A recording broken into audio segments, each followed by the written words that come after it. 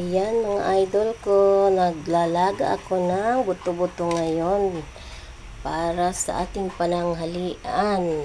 Ayan. Ayan mga idol, nilagang buto-buto sa araw ng Sabado. Dahil mamaya pa po ang aming biyahe. Ayan mga idol ko, good morning. Kahit medyo umuulan sa umagang pagising, ayan ang aking ingredients sa nilagang buto-buto. Ayan, medyo masarap po. Ito po ang time kong makapagluto pag ako po ay narito sa aming bahay.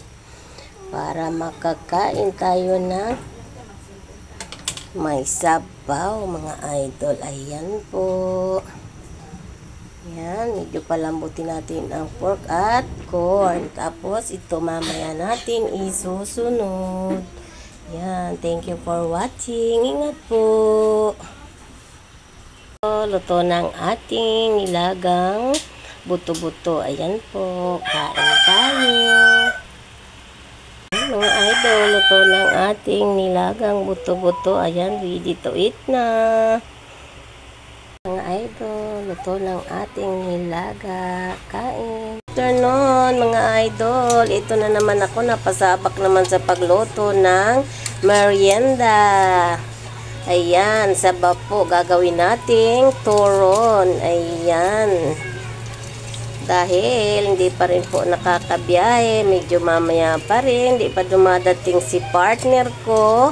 Dala ang aming sasakyan, kaya ito po mga idol, magluluto tayo ng turon sa hapon. Ayan, merienda time. Ayan guys, medyo luto na ito. Pangit yung sunog. Merienda time. Ayan ang Team Lalamove po, nagluto ng turon.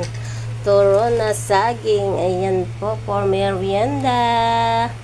Ayan po, turon na saging. Ayan, for merienda time. Nagluto tayo ngayong hapon. Ito, nagluluto tayo ng turon for merienda. Ayan. Sarap.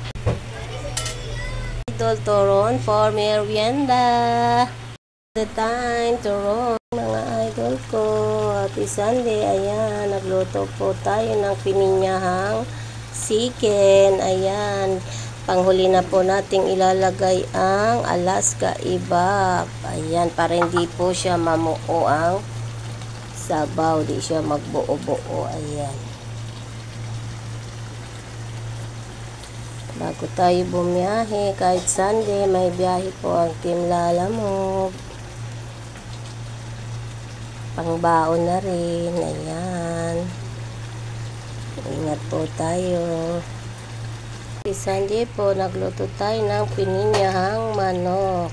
Ayan po, panghuli ang iba para hindi magbuo-buo ang sabaw. Idol, medyo maganda-ganda na. Maganda na ang ating kulay ng niluluto.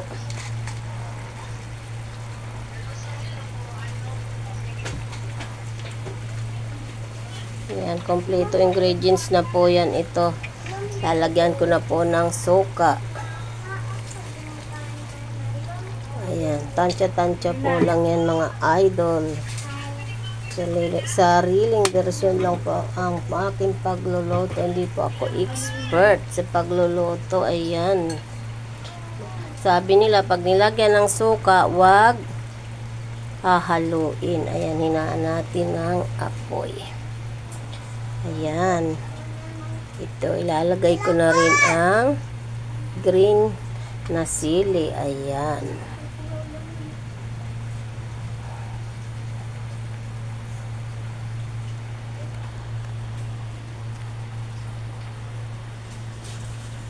Ayan. Okay, mga idols.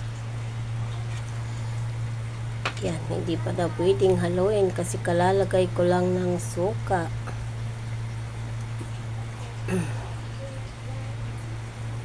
Siguro pwede na, okay na yan para ma-mix natin ang ating green sili. green chili. Ayan. Mukhang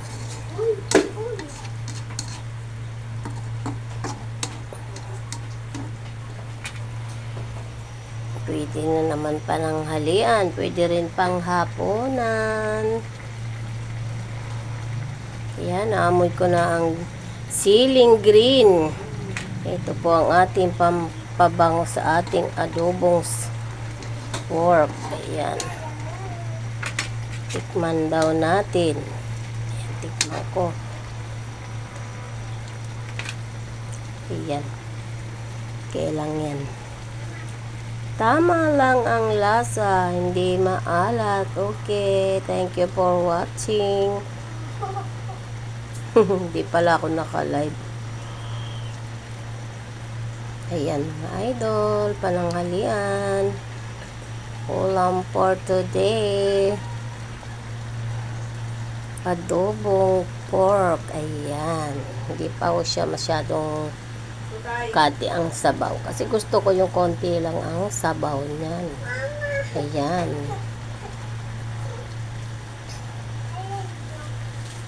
Mga idol ko, luto na ang ating ulam for today. Ayan.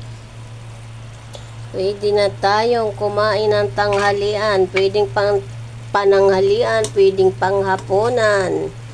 Ayan. Ako po ay naglalagay ng red na chili din. Para sa akin lang po yun.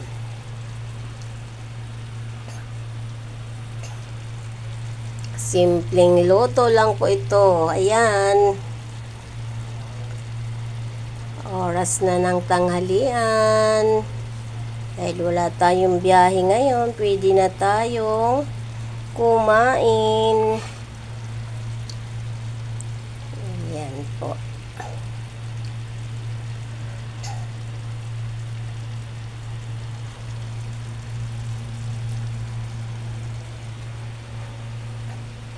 Inin pa natin ng konti. Ayan. Kasi masarap po dito yung medyo konti ang sabaw sa adobo.